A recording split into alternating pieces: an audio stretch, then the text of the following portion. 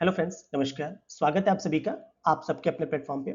आइए अपनी environment series में एक नया मॉक टेस्ट स्टार्ट करते हैं। ये जो वीडियोस हैं आपके यूपीपीएससी के सभी एग्जाम्स के लिए बहुत इंपॉर्टेंट है, जिसमें आपका हेल्थ एजुकेशन ऑफिसर हो जाएगा, आपका आरओआर हो जाएगा और इलाहाबाद हाई कोर्ट से जो भी वैकेंसीज आने वाली है आ चुकी है उन सब के लिए बहुत इंपॉर्टेंट है।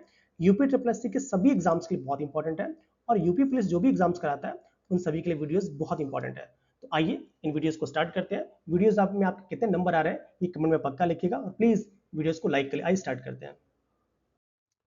उत्तराखंड का वह आंदोलन जो वनों की रक्षा के लिए प्रसिद्ध है। ए जंगल बचाओ, बी चिपको आंदोलन, सी एपिको आंदोलन और डी साइलेंट वैली बचाओ। उम्मीद है आप आंसर लगा रहे होंगे। उत्तराखंड का जो वनों की रक्षा के लिए आपका कौन सा आंदोलन स्टार्ट हुआ था। आइए इसका सही आंसर देखते हैं। इसका सही आंसर हमारा क्या हो जाएगा? ऑप्शन बी चिपको मूवमेंट, क्योंकि आप जानते हैं जो चिपको आंदोलन या चिपको मूवमेंट है ये आपको 1973 में स्टार्ट किया गया था और इसमें महिलाएं जब भी राज्य कर्मचारी या प्राइवेट कर्मचारी जो वनों काटने के लिए जाते थे तो उस वनों को चारों तरफ से घेर के खड़ी हो जाती थी, उन पेड़ों को घेर के खड़ी हो जाती थी और उसकी रक्षा करती थी। इसमें प्रमुख नेता कौन थे? तो चंडी प्रसाद भट्ट जी थे, सुंदरलाल बहुगुणा जी थे और जो गौरा देवी थी वो उसका प्रमुख चेहरा बन गए थे। आइए अगला क्वेश्चन देखते हैं। राष्ट्रीय वन नीति कब शुरू की गई? ए 1988, बी 1920, सी 1994 और डी 1996। तो आपको बताना है जो राष्ट्रीय वन नीति थी वो कब स्टार्ट की गई थी। उम्मीद है आपने इसका आंसर लगा लिया होगा। तो इसका सही आंसर हमारा क्या हो जाएगा? ऑप्शन ए, क्योंकि आप जानते हैं जो राष्ट्रीय वन नीति है इसे 1988 में स्टार्ट किया गया था और इसका लक्ष्य क्या है? कम से कम 33% हमें वनावरण करना है और इसमें आपको पता होगा स्थानीय भागीदारी का बहुत बड़ा रोल होता है। आइए अगला क्वेश्चन देखते हैं। पक्के वन जीव अभयारण्य किस राज्य में है? ए अरुणाचल प्रदेश, बी मणिपुर, सी मेघालय, डी नागालैंड। तो आपको बताना है जो पक्के वन जीव अभयारण्य है वो किस राज्य में स्थित है। उम्मीद है आपने इसका आंसर लगा लिया होगा। तो इसका सही आंसर हमारा क्या हो जाएगा? ऑप्शन ए अरुणाचल प्रदेश, क्योंकि जो पक्के वन जीव अभयारण्य है ये आपका अरुणाचल प्रदेश राज्य में है। किसके लिए फेमस है? तो आपका हॉर्नबिल जो चिड़ियाएं हैं उनके लिए फेमस है। आइए अगला क्वेश्चन देखते हैं। निम्नलिखित में से किस राज्य में नीलगिरी बायोस्फीयर रिजर्व स्थित है? ए पश्चिम बंगाल, बी उड़ीसा, सी महाराष्ट्र और डी कर्नाटक। तो आपको बताना है जो नीलगिरी बायोस्फीयर रिजर्व है वो कहाँ स्थित है। उम्मीद है आपने इसका आंसर लगा लिया होगा। तो इसका सही आंसर हमारा क्या हो जाएगा? ऑप्शन डी, क्योंकि आप जानते हैं जो नीलगिरी बायोस्फीयर रिजर्व है ये आपका भारत का पहला बायोस्फीयर रिजर्व है। कब स्थापित हुआ था? तो 1986 में। याद रखिए बहुत जगह पूछा जा रहा है। और किस राज्य में है? तो ये इसमें कर्नाटक, तमिलनाडु और केरल राज्यों में फैला हुआ है।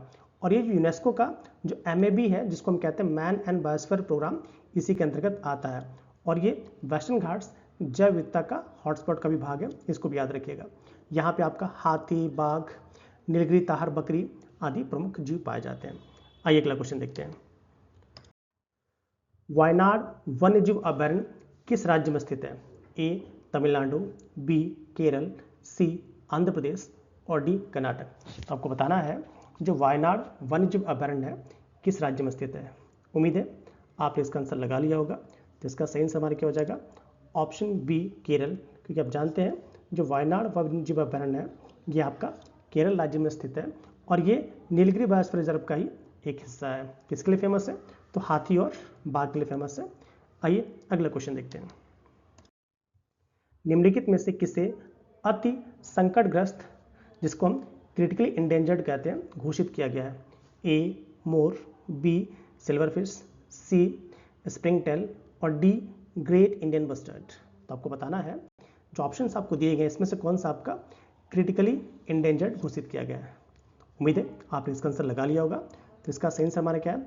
ऑप्शन डी जो ग्रेट इंडियन बस्टर्ड है इसे क्रिटिकली इंडेंजर्ड घोषित किया गया है IUCN के रेड लिस्ट में, ये भी याद रखिएगा। और भारत में केवल कुछ ही राज्यों में पाया जाता है, जैसे ये आपका राजस्थान और गुजरात में कुछ कुछ पाए जाते हैं और जो थार मरुस्थल है ये इनका मुख्य आवास है। और एक और बात याद रखिएगा ये राजस्थान का राजकीय बर्ड भी है कि आपका ग्रेट इंडियन बस्टर्ड, उसे वहाँ के लैंग्वेज में गोंडावण पक्षी भी कहते हैं, ये भी याद रखिएगा। आइए अगला क्वेश्चन देखते हैं। विश्व जैव विविधता दिवस कब मनाया जाता है? ए 22 मार्च, बी 22 मई, सी 23 जून और डी 16 अप्रैल।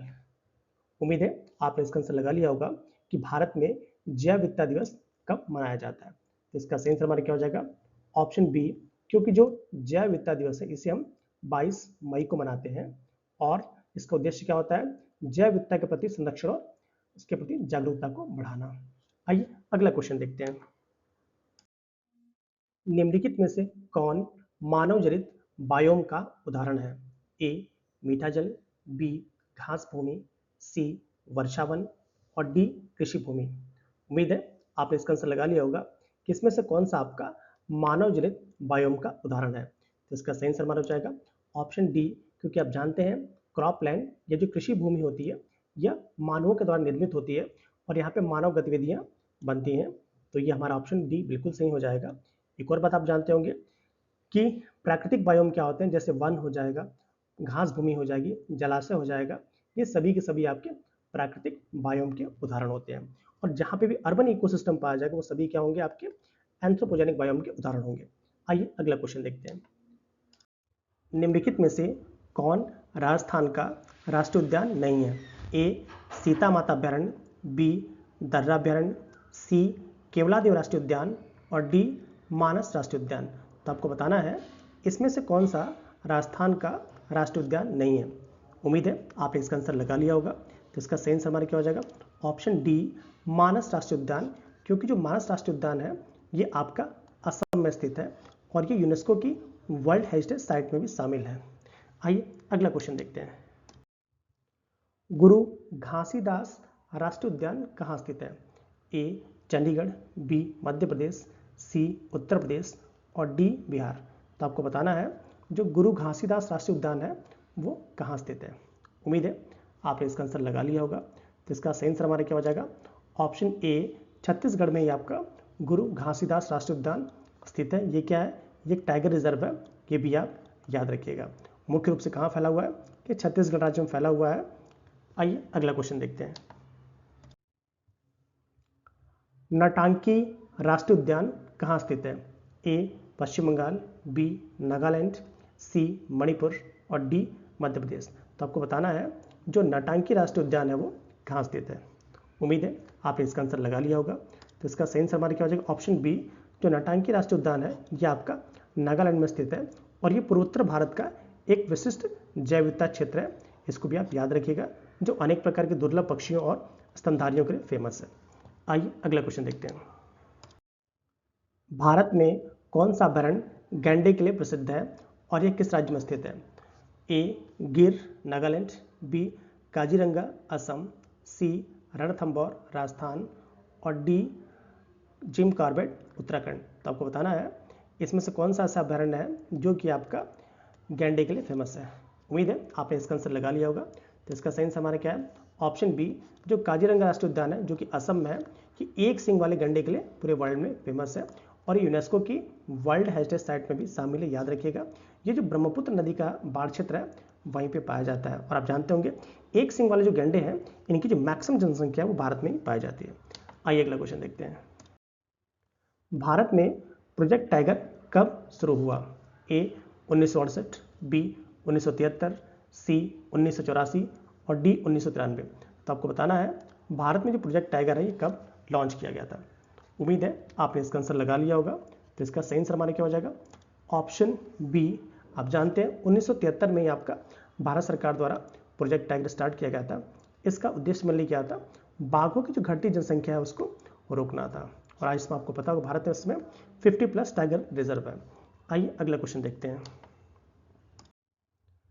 पिन वैली राष्ट्रीय उद्यान कहाँ स्थित है? ए आंध्र प्रदेश, बी अरुणाचल प्रदेश, सी हिमाचल प्रदेश और डी मध्य प्रदेश। तो आपको बताना है जो पिन वैली राष्ट्रीय उद्यान है वो कहाँ स्थित है।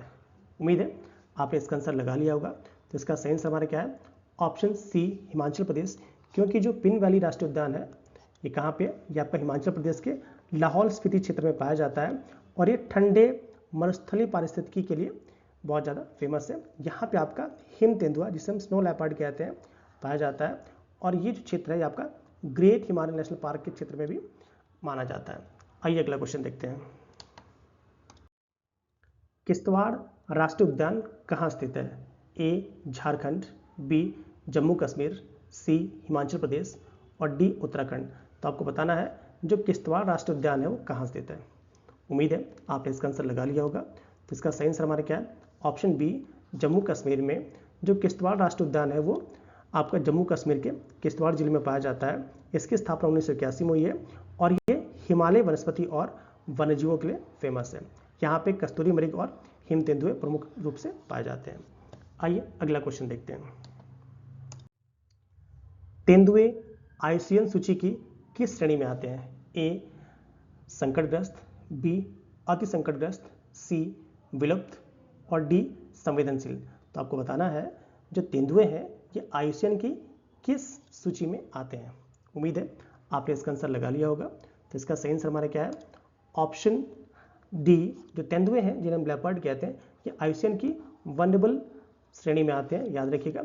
हाँ, इनकी संख्या जो है वो प्राकृतिक आवास के कारण काफ़ी तेज़ी से घट रही है, बट भारत में व्यापक रूप से तेंदुए पाए जाते हैं। आइए अगला क्वेश्चन देखते हैं। दाचीगाम राष्ट्रीय उद्यान किसके लिए फेमस है? ए कस्तूरी मृग, बी स्वर्णपंखी, सी पीला गला मॉर्टेन और डी हांगुल। तो आपको बताना है जो दाचीगाम राष्ट्रीय उद्यान है वो किसके लिए फेमस है। उम्मीद है आपने इसका आंसर लगा लिया होगा। तो इसका सही आंसर हमारा क्या हो जाएगा, ऑप्शन डी हांगुल, जिसे हम कश्मीरी स्टैग कहते हैं। इसी के लिए आपका दाचीगाम राष्ट्रीय उद्यान फेमस है। आपको पता है ये आईयूसीएन की इंडेंजर्ड स्पीसीज में भी आता है। और जो दाचीगाम राष्ट्रीय उद्यान है कहाँ पर स्थित है आपका, तो ये आपका जम्मू कश्मीर में स्थित है।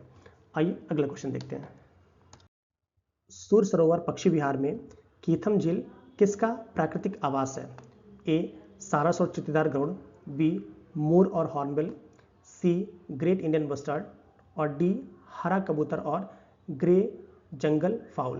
तो आपको बताना है जो सूर सरोवर पक्षी विहार जो कि आगरा में है ये किसका प्राकृतिक आवास है।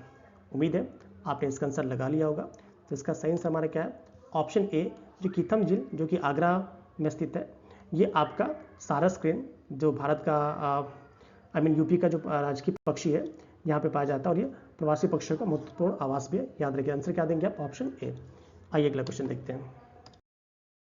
खाद्य श्रृंखला में अविघटनीय कीटनाशकों का संचय क्या कहलाता है?